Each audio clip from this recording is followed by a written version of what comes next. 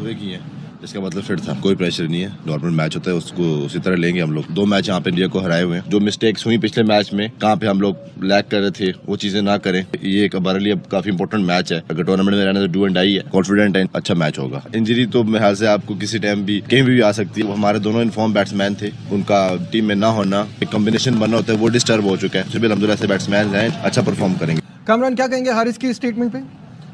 यही बोलूँगा, अब छोड़ दे नाम लेना। जो अनफिट हो गए हैं, इतनी बड़ी कंट्री है, इतना बड़ा सिस्टम है, डोमेस्टिक हो रही है, जो जिनको अपॉर्चुनिटी मिलती है उनका नाम ले, उनको कॉन्फिडेंस दें। जब फिट हो जाएगा देखी जाएगी। और जहाँ तक आपने जो टीम बनाई है वो चूचू का मुरब्बा बनाई है, आपने टीम तो बनाई नहीं है।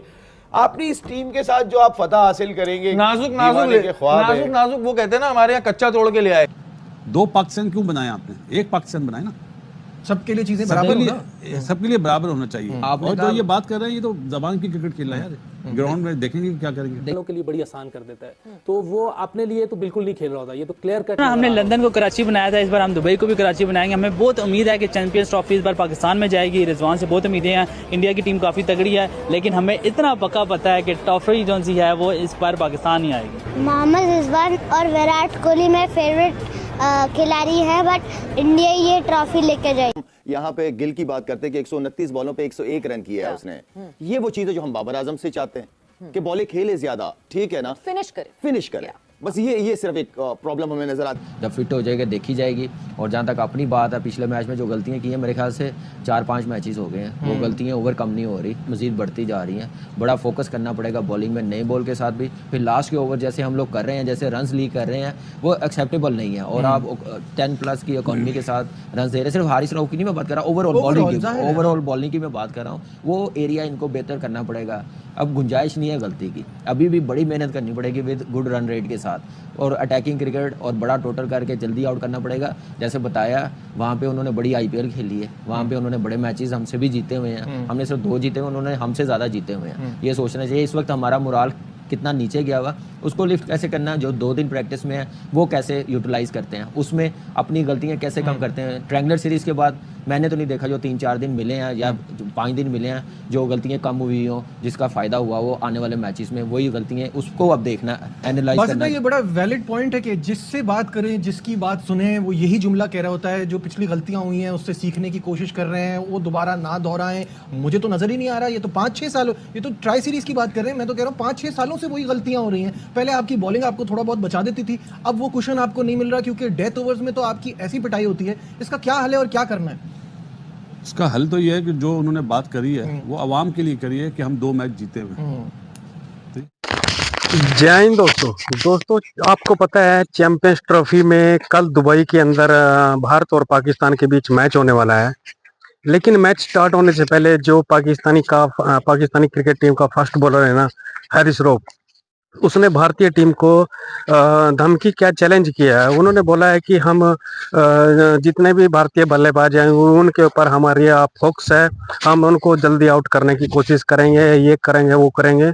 उन्होंने ये बयान मैच से पहले दिया है और इसी को लेके पाकिस्तानी मीडिया बौखलाई हुई है, क्योंकि मैच से पहले या मैच चैंपियंस ट्रॉफी होने से पहले बहुत बयानबाजी चल रही है खिलाड़ियों की, पूर्व खिलाड़ियों की। तो सबसे पहले दोस्तों देखते हैं ये वीडियो और उसके बाद बात करते हैं कल के मैच के बारे में। पहले हो चुका है उसको भूल जाना चाहिए। और वो ये नहीं बता रहे कि हमने ये प्लान करा या ये प्लान हम इम्प्लीमेंट करेंगे। वो तो जबान की क्रिकेट खेल रहे हैं, कोई है नहीं ना पीछे। मसला ये है, या तो कोई होता है बॉलर फिट होते।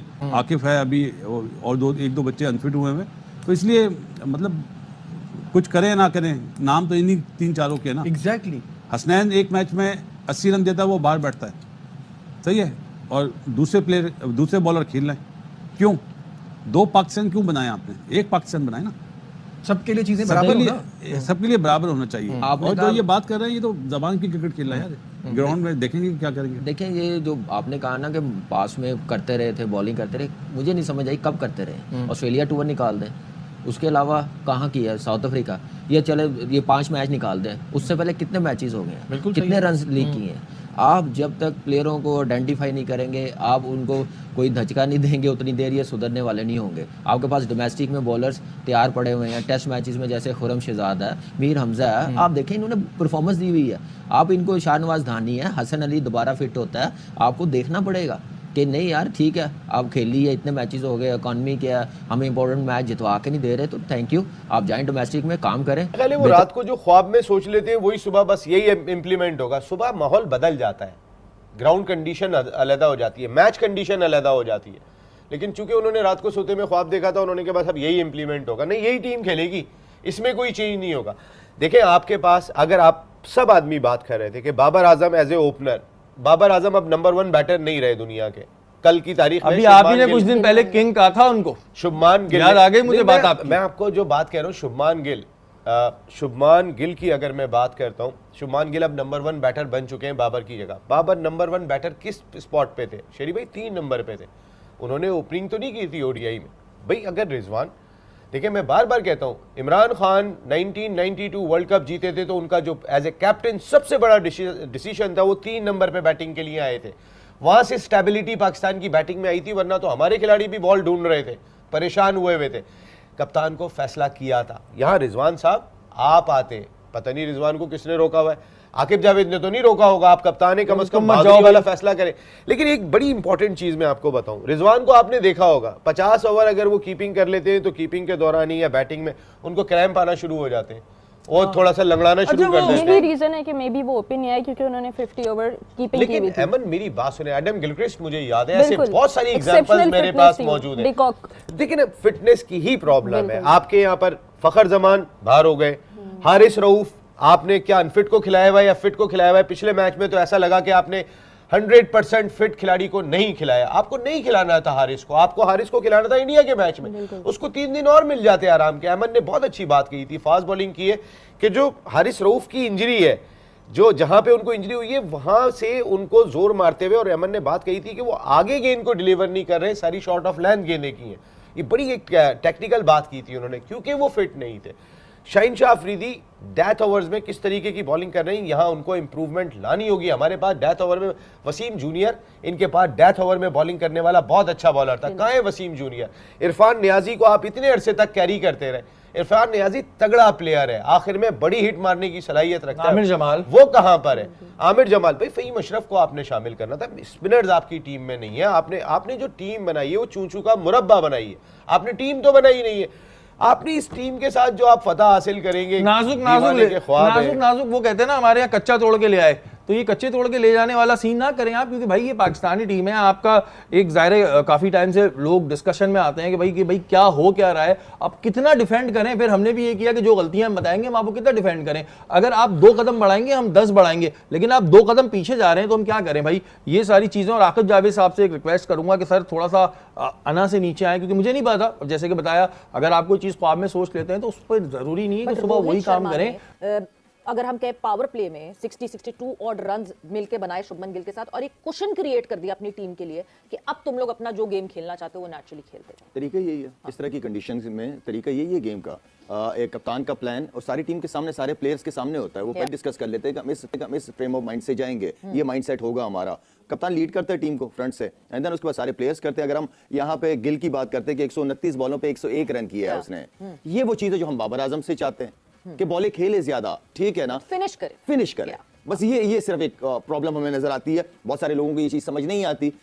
तो मेरे ख्याल में रोहित एज अ कैप्टन जबरदस्त लीड, यही वो चीजें हैं जो हमें मोहम्मद रिजवान की तरफ से चाहिए। पार्टनरशिप चाहिए हमें, पार्टनरशिप होती है तो जो नया बैट्समैन जाता है वो भी कॉन्फिडेंट फील करता है। बैक टू बैक जो विकेटें गिरती हैं तो कम बैक करना बड़ा मुश्किल हो जाता है, कभी कभार फिर आपको डॉट बॉलें ज्यादा खेलनी पड़ जाती है, और हमारे वाले वैसे भी डॉट बॉलें इतनी खेल देते हैं कि 27 ओवर भी हो जाते हैं उसमें। तो कहने का मतलब है कि जितने स्ट्राइक रोटेट करते हो बैट्समैन को उतना कॉन्फिडेंस मिलता है। अरे तो यूसुफ, जैसे अभी रोहित की बैटिंग की बात हो रही है, आप किस अंदाज में इसको बयान करते हैं? क्योंकि आखिर उनको भी बड़े शॉट्स की तरफ जाते हैं, तो जो शॉट सिलेक्शन है उनकी और जो अटैक करने का उनका हिकमत अमली है, वो किस तरीके से दोनों चीज़ों को मैनेज करते हैं, जिसमें आप ये कहेंगे रिस्क फ्री या मिनिमम रिस्क की तरफ जाकर खेलते हैं?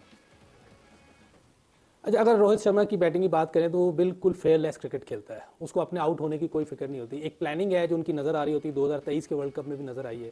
मैंने पहले भी बताया कि वो 1-2-3 सेंचुरीज कर सकता था। तो दोस्तों आपने देखा होगा कैसे पाकिस्तानी मीडिया बयानबाजी कर रही है, स्टेटमेंट दे रही है भारत और पाकिस्तान के मैच शुरू होने से पहले। ये बयानबाजी तो चलती रहेंगी, लेकिन मेरा मानना है जो भी क्रिकेट को समझता है, क्रिकेट को खेलता है, जो क्रिकेट को अच्छा खेलेगा वही टीम जीतेगी, वही विन करेगी। और हम तो यही चाहते हैं कि भारतीय टीम जीते, लेकिन क्रिकेट है, कोई भी जीत सकता है, कोई भी हार सकता है, जो अच्छा खेलेगा वही जीतेगा। तो दोस्तों अपनी अपनी राय जरूर रखना कमेंट बॉक्स में, और आया होप के कल जो है ना वो टीम इंडिया जीते और मैच को एंजॉय करना। तो दोस्तों मिलते हैं अगली वीडियो में, तब तक के लिए गुड बाय, जय हिंद।